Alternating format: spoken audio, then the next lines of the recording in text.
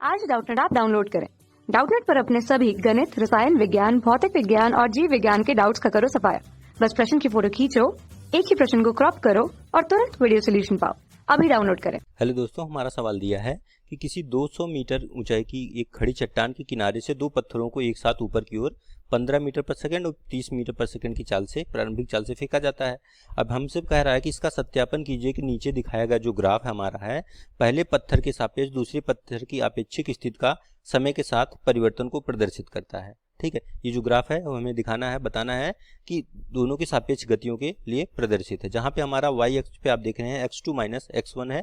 ठीक है, यानी कि दूसरे पत्थर की पहले पत्थर के सापेक्ष गति की दूरी है, ठीक, मतलब सॉरी विस्थापन है, स्थिति है। ये हमारा y अक्ष पे है और x अक्ष पे हमारा समय है। समय के साथ परिवर्तन हमें ये जो दिखाया गया दोनों पत्थरों के लिए, इसको हमें सत्यापन करना है इसका। ठीक है, और हमसे कह रहा है कि y के प्रतिरोध को नगण्य मानिए। ठीक है, और मानिए कि जमीन से टकराने के बाद जो पत्थर ऊपर की ओर उछलते नहीं है। ठीक है, मतलब आके तुरंत रुक जाते हैं। और g का मान कह रहा है कि 10 मीटर पर सेकंड स्क्वायर लीजिए। और लास्ट में ये भी कह रहा है कि ग्राफ के रेखीय व वक्रीय भागों के समीकरण भी लिखिए। ठीक है, तो सबसे पहले हम देख रहे हैं कि यहाँ पे हमारा जो चित्र दिया गया है वो दिखा रहा है कि विस्थापन दोनों जो पत्थर हैं वो एक दूसरे के सापेक्ष कैसे गति कर रहे हैं। ठीक है, और ये रेखीय भाग उनका गति दिखा रहा है, क्योंकि हम जान रहे हैं एक्स विस्थापन और जो समय का बीच का जो ग्राफ होता है वो किसको दिखाता है, वो हमारा वेग को दिखाता है। ठीक है, तो ये दोनों के वेग का हमारा समीकरण है। ठीक है, क्योंकि कैसे वो लोग अलग हमारा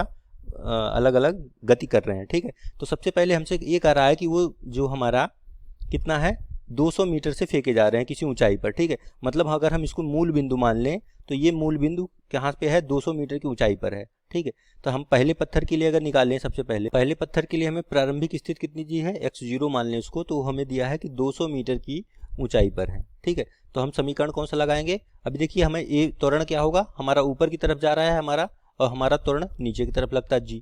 ठीक है, तो उल्टा होगा, तो त्वरण ए बराबर हो जाएगा माइनस जी, जो कि -10 मीटर पर सेकेंड स्क्वायर होगा। ठीक है, अगर हमारा त्वरण कांस्टेंट होता है तो हम कौन सा सूत्र लगाते हैं, हम s बराबर U T plus half A T square लगाते हैं, s बराबर U T plus 1/2 A T square, ये सूत्र लगाते हैं। अब देखिए यहाँ पे s हम लगाते हैं जब हम लोग पृथ्वी से फेंकते हैं। ठीक है, यानी कि इसको ऐसे लिखते हैं कि s माइनस 0 बराबर U T plus half A T square. लेकिन हमारा जो प्रारंभिक स्थिति है वो 200 मीटर है, मतलब जो हमारा यहाँ पे जो x0 है, यानी जो 0 हमने लिखा है वहाँ उसकी जगह हम लोग क्या लिखेंगे 200 मीटर। तो अब हम हमारा मान लेते हैं कि अगर फेंकने के बाद अगर x2 ऊंचाई तक गया, ठीक है, अगर x2 ऊंचाई तक गया तो इसको सॉरी पहले के लिए x1 ऊंचाई ले लेते हैं, दूसरे के लिए x2 ले लेंगे। ठीक है, तो अगर मान लो फेंकने के बाद x1 ऊंचाई गया तो इसको क्या लिखेंगे, x1 माइनस कहाँ से प्रारंभिक स्थिति क्या थी x0, ये बराबर आपका s हो जाएगा। तो s बराबर यू टी यानी कि u1 t प्लस 1/2 माइनस जी, तो माइनस जी है इंटू टी स्क्वायर। ठीक है, तो समय हमें पता नहीं है लेकिन हमें u1 दिया है, क्योंकि u1 हमें दिया है कि पहला जो पत्थर है वो 15 मीटर पर सेकंड के वेग से फेंका जा रहा है। ठीक है, तो इसमें मान रखेंगे तो आ जाएगा आपका x1 माइनस x0 हमारा 200 है बराबर 15t प्लस 1/2, ये हो जाएगा -10 गुणे टी स्क्वायर। ठीक है, तो इसको हल करेंगे तो 200 को इधर लाते हैं तो x1 बराबर क्या हो जाएगा आपका 200 प्लस ये हो जाएगा 15t, ये हो जाएगा -5t स्क्वायर। ठीक है, या इसे आप लिख सकते हैं ऐसे भी, क्या हो जाएगा x1 का मान, ये हो जाएगा x1 बराबर हो गया आपका 200 plus 15t minus 5t square. इसको मैं लिख देता हूँ अभी समीकरण 1। ठीक है, समीकरण 1 मिल गया।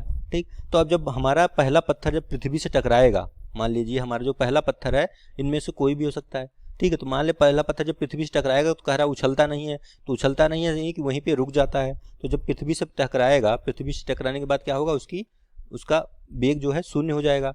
ठीक है, तो पृथ्वी से टकराने के बाद जब टकराएगा तो मतलब वो रुक जाएगा, तो मतलब विस्थापन क्या होगा हमारा, वो x1 बराबर हो जाएगा आपका 0 टकराने के बाद। ठीक है, क्योंकि कोई भी गति नहीं करेगा तो रुक जाएगा, तो आपका x1 जो है आप 0 लिखेंगे, तो x1 बराबर 0 रखेंगे तो इसमें क्या आएगा समीकरण 1 में, देखिए इसको हो जाएगा 200 plus 15t minus 5t square, ये आपका द्विघाती समीकरण है। इसको हल करेंगे तो आपको t का 2 मान मिलेगा यहाँ से। ठीक है, इसको और सॉल्व करेंगे, 5 से भाग देंगे तो आ जाएगा t square minus 3t minus 40, ये बराबर 0 हो जाएगा। यहाँ से आपका t के 2 मान मिलेंगे, एक तो आएगा -5 सेकेंड ठीक है, या आपको मिलेगा दूसरा 8 सेकंड। ठीक है, तो हम जानते हैं समय का मान ऋणात्मक नहीं हो सकता, ठीक है, क्योंकि ये हमारा अनुमेय है, इसलिए हम लोग कौन सा मान लेंगे, 8 सेकंड लेंगे। तो t बराबर आपका 8 सेकंड आ गया, सॉरी 8 है। ठीक है, मतलब हमारा क्या है कि पिंड जब पृथ्वी से टकराएगा पहला वाला, तो वो 8 सेकंड में पृथ्वी से टकरा जाएगा। ठीक है, तो ये हमें पहला मान मिल गया t1 के लिए। ठीक है, तो ये हमें 8 सेकंड मिल गया। इसी तरह हम दूसरे पत्थर के लिए लिखते हैं। दूसरे पत्थर के लिए प्रारंभिक वेग कितना दिया है, u2 दिया है कि 30 मीटर पर सेकंड से वो चल रहा है।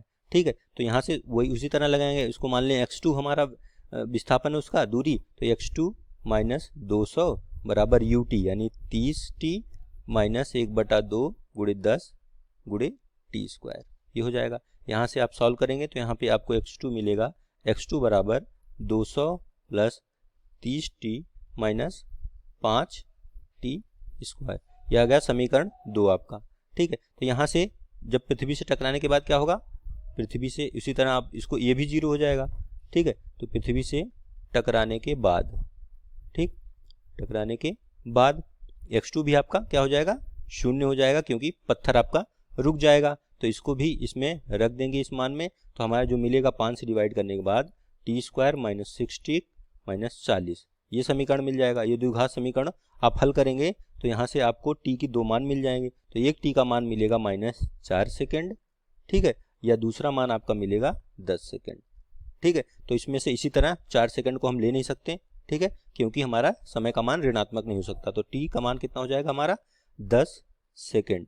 ठीक है, तो यहाँ पे हम देख रहे हैं कि पहला पत्थर जो 8 सेकंड में नीचे पहुंचता है और दूसरा 10 सेकंड में, इसका मतलब पहला वाला जल्दी पहुंच जाता है और दूसरा वाला उस समय गति में ही रहता है। ठीक है, तो इसका यहाँ से हो जाएगा आपका, हम लिखेंगे कि हमसे पूछ रहा था उन दोनों की पत्थरों के बीच सापेक्ष गति क्या हो जाएगी, तो समीकरण 2 में से एक को घटा देंगे। ठीक है, तो समीकरण 2 देखिए 200 plus 30t minus 5t square है, और समीकरण 1 में आपका क्या है, समीकरण 1 ऊपर है आपका माइनस 5t स्क्वायर, 200 समान है, केवल 15t यहाँ पे अलग है, तो दोनों आपस में हट जाएंगे, केवल बचेगा क्या, तो हम 15t बच जाएगा। ठीक, दूसरे पत्थर का पहले पत्थर के सापेक्ष गति निकालेंगे तो x2 दोनों समीकरण को घटा देंगे, x2 माइनस x1 क्या आ जाएगा, ये घटाएंगे आपका हो जाएगा 15t। ठीक है, इसको लिख देते हैं समीकरण 3। तो यहाँ से आप देख रहे हैं कि हमारा जो x2 माइनस x1 है वो क्या है, वो अनुक्रमानुपाती है t के। ठीक है, इसका मतलब ये जो ग्राफ है ये हमारा सरल रेखा का ग्राफ है। ठीक है, सरल रेखा ग्राफ है। तो मैंने आपको 2 ग्राफ दिखाए थे, इसका मतलब जो हमारा है ये वाला ग्राफ दिखा रहा है, ये जो a से, इसको c ले लेते हैं। ठीक है, a से c वाला ग्राफ आपका सरल रेखा का ग्राफ है, जो कि आपका दिखा रहा है पहले पिंड के लिए, जो कि 8 सेकंड में पहुंच रहा है। ठीक है, तो यह हमारा पहले पिंड के लिए हमारा आ जाएगा सरल रेखा का ग्राफ। ठीक है, यानी कि दूसरे पत्थर का पहले के सापेक्ष गति का ये हमारा समीकरण हो जाएगा।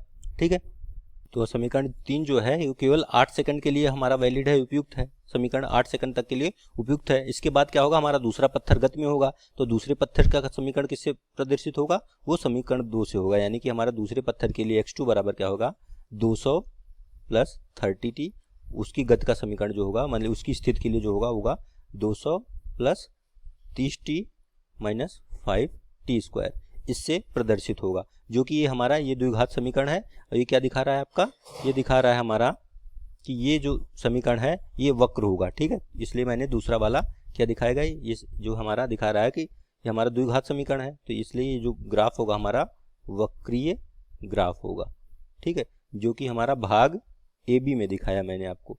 ठीक है, ए बी भाग को प्रदर्शित कर रहा है। तो ये वक्री ग्राफ है, और यह वक्र क्या करता है, 8 से 10 सेकंड के बीच में जो समीकरण 4 है इसको संतुष्ट करता है। ये हमसे पूछ रहा है कि दोनों की गति के लिए हमारा ग्राफ बताइए कि क्या होगा रेखीय और भाग के लिए। तो हमारा ये वक्री भाग के लिए हमारा समीकरण हो गया, और ये आपका हो गया दूसरा रेखीय भाग के लिए। ठीक है, और चित्र में मैंने आपको दिखा दिया है कि दोनों कैसे जा रहे हैं। ठीक है, तो हमारा रेखीय भाग हमारा AC से दिखा रहा है, और वक्री भाग जो है AB से दिखा रहा है। रेखीय भाग जो 0 से 8 सेकंड तक के लिए है, ठीक है, ये समय हमारा 8 सेकंड तक के लिए है, और 8 से 10 सेकंड के बीच में हमारा वक्री भाग वाला काम करेगा। ठीक है, कक्षा 6 से 12वीं से लेकर नीट, IIT, JEE वो एडवांस के लेवल तक 1 करोड़ से ज्यादा छात्रों का भरोसा।